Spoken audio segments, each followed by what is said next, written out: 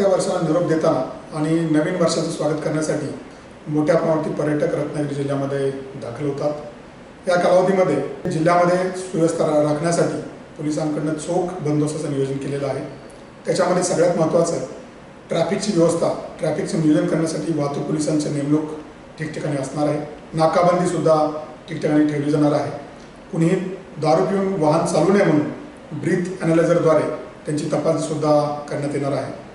ज्या ठिकाणी गर्दी असते त्या ठिकाणी महिलांच्या बाबतीत कुठल्याही प्रकारचे गुन्हे होऊ नयेत म्हणून साध्या वेशातील पोलीस, महिला पोलीस तैनात असणार आहेत आणि सातत्याने ते व्हिडिओग्राफीद्वारे तिथे नजर आपण ठेवणार आहोत। या कालखंडामध्ये आपल्याकडे बीच जिथे आहेत त्या ठिकाणी पर्यटक मोठ्या प्रमाणात गर्दी करतात आणि कुठेही दुर्घटना होऊ नये म्हणून आम्ही PA सिस्टीमद्वारे त्या सर्वांना मोठ्या आवाजामध्ये सर्वांना सुरक्षितेबाबत सूचना देत आहोत आणि काही ठिकाणी ग्रामपंचायत, नगरपरिषदा यांच्याकडे सुद्धा अशा प्रकारची व्यवस्था केलेली आहे।